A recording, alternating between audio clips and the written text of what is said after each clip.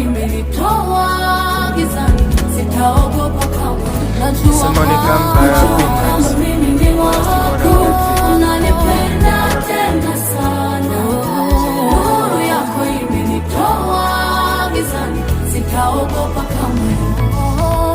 Nitawale sasa na hata milele Bwana.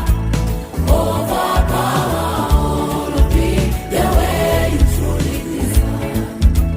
Natamani kuongozwa na mkono wako wenye nguvu. Breathe your fresh air into my heart. Amen, amen, amen. Yeah, boy.